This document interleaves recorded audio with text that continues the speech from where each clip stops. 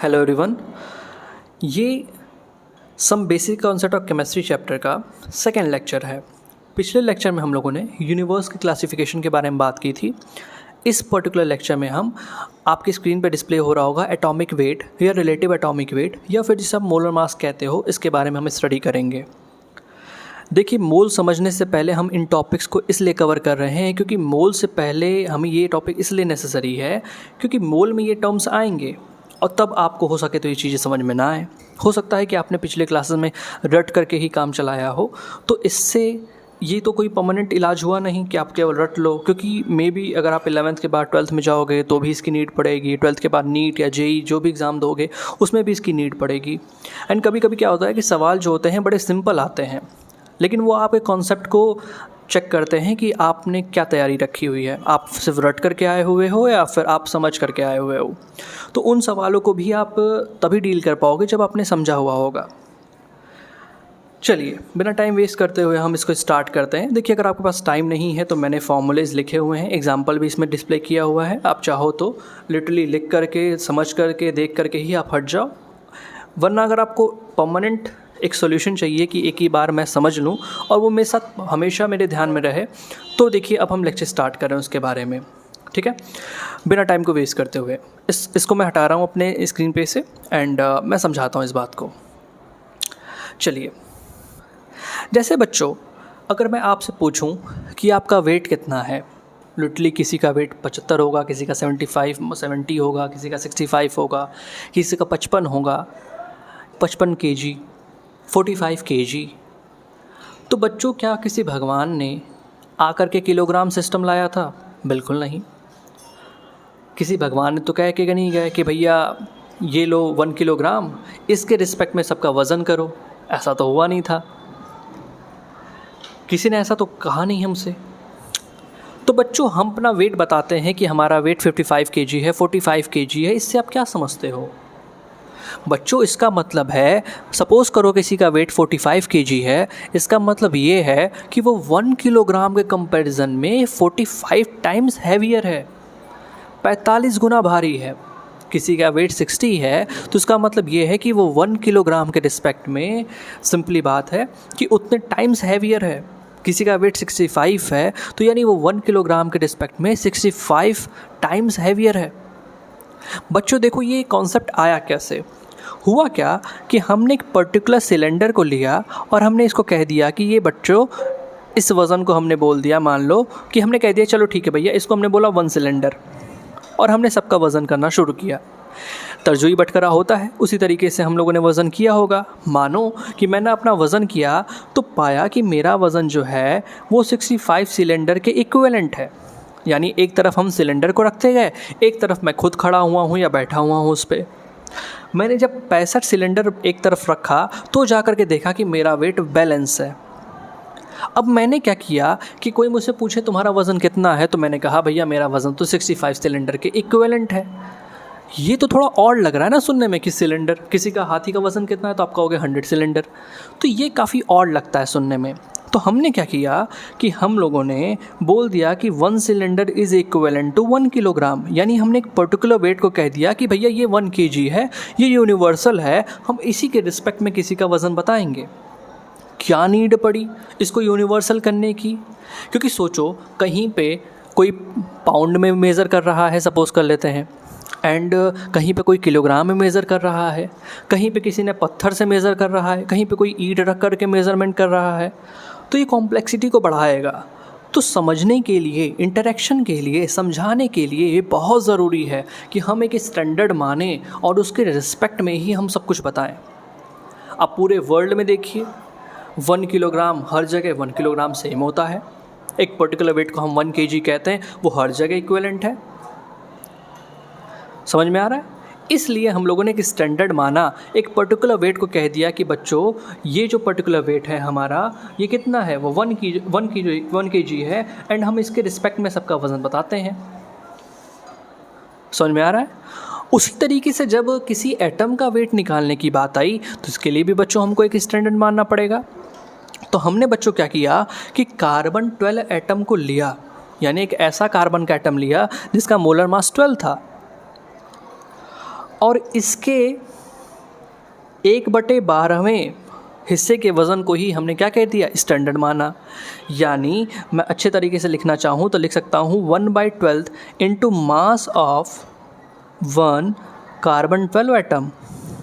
यानी carbon 12 atom जो है उसके एक एटम को मैंने लिया, उसका वज़न किया, उसके 12वें हिस्से का वज़न को हम लोगों ने बोला कि वो स्टैंडर्ड है, और उसके रिस्पेक्ट में हमने सबका वज़न करना शुरू किया।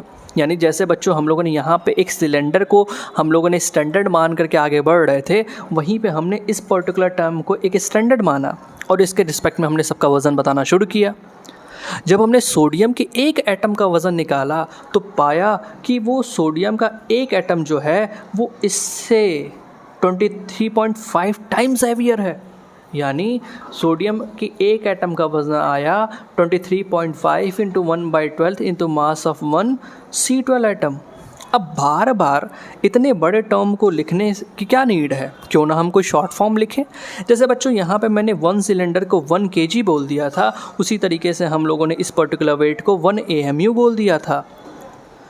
बाद में अगर हम इसको ग्राम में लिखना चाहें तो 1/Na ग्राम के बराबर होता है। Na आप पढ़ते आ रहे हो एवोगाड्रोस नंबर के बराबर होता है, ठीक है।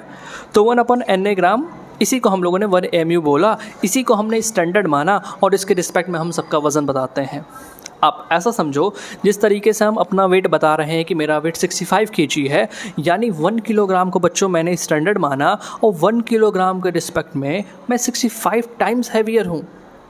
उसी तरीके से यहाँ पे जब हम एटम की बात कर रहे हैं, मॉलिक्यूल की बात कर रहे हैं, तो हमने बच्चों 1 AMU को यानी atomic mass unit, 1 atomic mass unit को हमने बच्चों स्टैंडर्ड माना और इसके रिस्पेक्ट में हम सबका वज़न बता रहे हैं।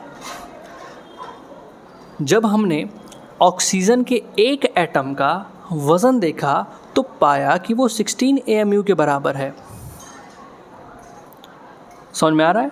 तो ये बात क्लियर हो गई कि जिस प्रकार से 1 किलोग्राम को हम मेज़रमेंट के लिए हम स्टैंडर्ड मान लेते हैं, उसी प्रकार से एटम या मॉलिक्यूल के केस में हमने 1 AMU को स्टैंडर्ड मान लिया। और किसी भी एटम का वज़न बताना होता है तो हम इसके रिस्पेक्ट में ही बताते हैं कि वो एटम कितना हैवियर है। पाया गया कि 1 AMU के रिस्पेक्ट में हमारा जो ऑक्सीजन का एटम है वो 16 टाइम्स हैवियर है। ये बात क्लियर हो गई। अब मोलर मास किसे कहते हैं, तो बच्चों ध्यान से सुनिए मोलर मास की डेफिनेशन। एक मोल सब्सटेंस के मास को ही हम मोलर मास कहते हैं। किसी भी एक मोल सब्सटेंस के मास को ही हम मोलर मास कहते हैं। अब एक मोल में आपको पता है कि कितने पार्टिकल होते हैं, Na पार्टिकल, एवोगाड्रोस नंबर के बराबर के पार्टिकल, यानी 6.023 इंटू 10⁻23। देखो बच्चों, अगर आपको 1 डज़न समझ में आता है, जिसको आप 1 दर्जन कहते हो, तो आपको मोल भी समझ में आएगा। जैसे 1 डज़न का रिलेशन होता है 12 नंबर से, सेम उसी तरीके से एवोगाड्रोस नंबर का भी रिलेशन इस पर्टिकुलर नंबर से होता है, यानी 6.023 इंटू 10⁻23। जैसे कि 1 दर्जन जब बोला जाता है कि जैसे आपके फादर ने आपसे कहा कि आप आधे दर्जन केले लेकर के आओ, तो आप 6 केले लेकर के आ जाओगे। उन्होंने बोला कि 1 दर्जन अंडे लेकर के आओ, तो आप 12 अंडे लेकर के आओगे। तो जिस प्रकार से 1 डज़न का रिलेशन एक पर्टिकुलर नंबर से है, उसी प्रकार से 1 मोल का रिलेशन भी इस पर्टिकुलर नंबर से है बच्चों।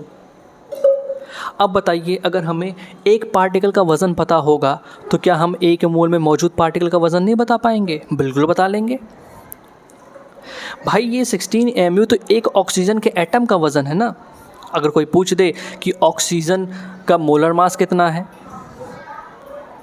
समझ में आ रहा है कि नहीं आ रहा है? या कोई पूछ दे सोडियम का मोलर मास कितना है या एटॉमिक मास कितना है, समझ रहे हो ना इस बात को? तो आपको पता है कि एक सोडियम एटम का वज़न है 23.5 AMU। ये मैं एक सोडियम एटम की बात कर रहा, और 1 AMU के बच्चों मैंने बताया था कि ये होता है 1/Na ग्राम के बराबर।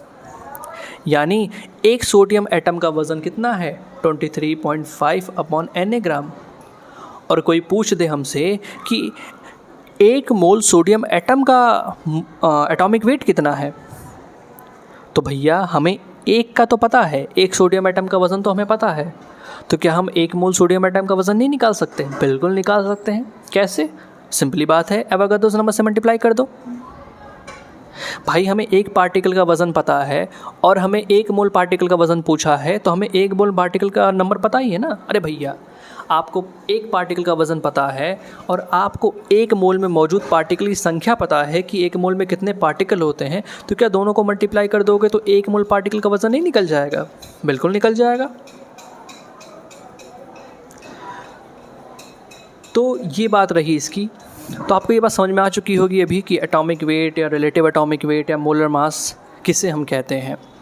तो बच्चों, जिस प्रकार से सम अप करने के लिए मैं एक बार फिर से रिपीट कर देता हूँ झटके में, कि जैसे बच्चों हम लोगों ने 1 किलोग्राम को एक स्टैंडर्ड ले करके चले थे और उसके रिस्पेक्ट में हम वज़न बताते हैं, उसी तरीके से जब एटम या हम मॉलिक्यूल की बात में जब आते हैं, मोलर मास की जब बात आती है, किसी भी एलिमेंट की बात आती है, तो वहाँ पे हमने 1 AMU को ही क्या माना है? स्टैंडर्ड माना है। और 1 AMU होता क्या है? 1/12 into mass of 1 C12 atom, या फिर इसको ग्राम में लिखना हो तो 1/Na ग्राम। इतने वेट को ही हमने स्टैंडर्ड माना है और इसके रिस्पेक्ट में ही हम किसी भी एलिमेंट का, किसी भी एलिमेंट के एटम का, किसी भी एलिमेंट के मॉलिक्यूल का वज़न हम निकालते हैं। और मोलर मास किसे कहते हैं?